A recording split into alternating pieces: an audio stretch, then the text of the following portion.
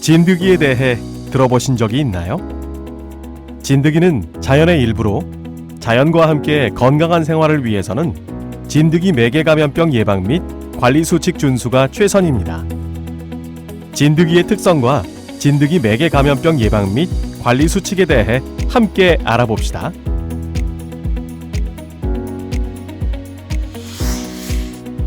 진드기 매개 감염병이 어떻게 발생하는지 알고 계신가요?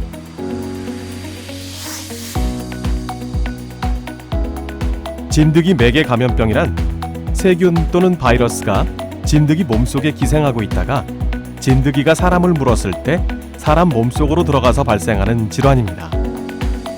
우리나라에서 주로 발생하는 대표적인 진드기 매개 감염병은 털 진드기에 의한 찌쯔 가무시증과 참 진드기에 의한 SFTS가 있습니다.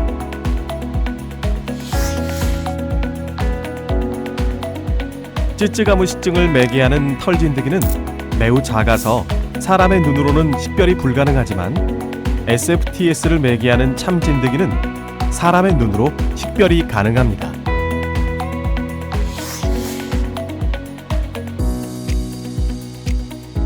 찌쯔 가무시증은 찌쯔 가무시균을 가지고 있는 털 진드기가 원래 기생하던 들쥐나 새 대신에 우연히 사람 몸에 들어오는 경우 물어서 발생하는 질환입니다.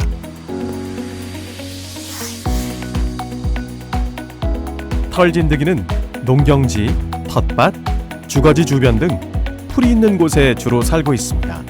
따라서 풀이 있는 곳은 어디든 찌쯔 가무시증이 발생할 수 있는 위험 지역입니다.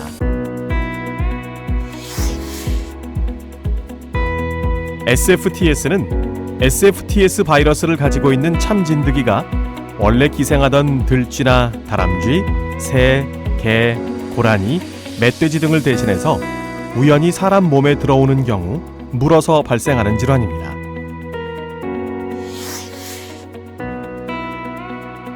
참 진드기는 산 인근 밭, 산 인근 주거지, 우거진 숲, 정비되지 않은 산길 등 산이나 숲 등 풀이 있는 곳에 살고 있습니다. 따라서 산이나 숲 등 풀이 있는 곳은 어디든 SFTS가 발생할 수 있는 위험 지역입니다.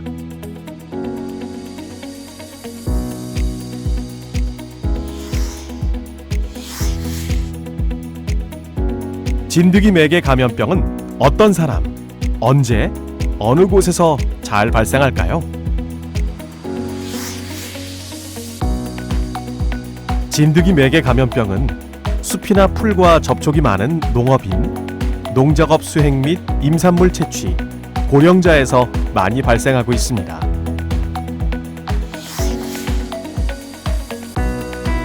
진드기 매개 감염병은 농경지나 텃밭 등에서 농사일을 하거나 산이나 숲에 들어가서 일을 하는 경우 발생할 수 있습니다.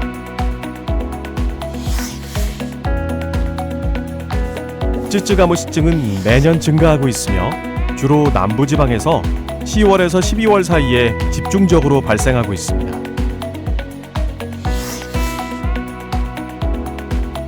SFTS도 매년 증가하고 있으며 주로 산간지방을 중심으로 4월에서 11월 사이에 꾸준히 발생하고 있습니다.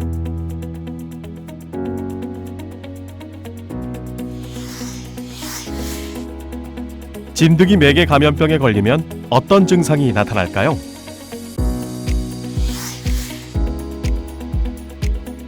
진드기 매개 감염병은 농작업이나 야외 활동 후 1주에서 3주 지난 뒤에 나타나며 증상은 일반 감기와 비슷하지만 더 심하게 나타납니다. 찌쯔 가무시증은 고열과 검은 딱지가, SFTS는 고열과 구토, 설사 등 소화기 증상이 특징적으로 나타납니다.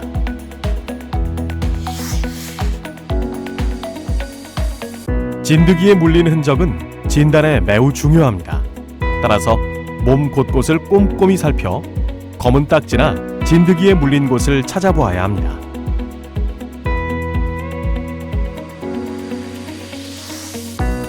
진드기 매개 감염병 예방 및 관리 어떻게 해야 할까요? 진드기 매개 감염병 예방 및 관리 수칙은 농작업 수행 전 과정을 통해 꼭 지키셔야 합니다.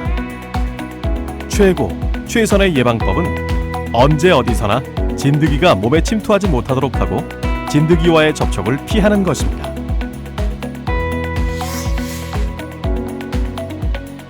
진드기의 체내 침투를 방지하기 위해서는 피부 노출을 완전히 차단할 수 있는 적정 농작업복과 소품을 꼭 착용하셔야 합니다.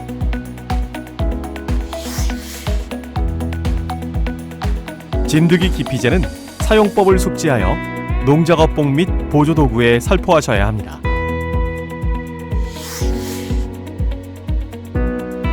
진드기와의 접촉을 피하기 위해서는 농경지나 주거지 및 그 주변의 푸른 배고, 농작업 중에는 농작업 방석을 사용하고 휴식 시에는 돗자리 등의 보조도구를 이용하는 것이 중요합니다.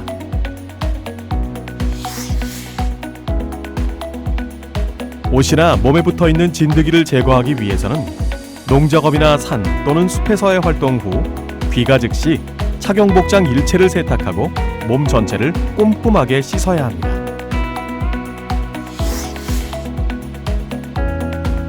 진드기 매개 감염병 관리에서 조기 진단, 적기 치료는 매우 중요합니다. 고열과 함께 심한 감기 증상이 있고 검은 딱지 또는 진드기에 물린 자국이 있으며 이전에 농작업이나 산 또는 숲에서의 활동을 한 적이 있다면 즉시 의료기관을 방문하여 치료받으셔야 합니다.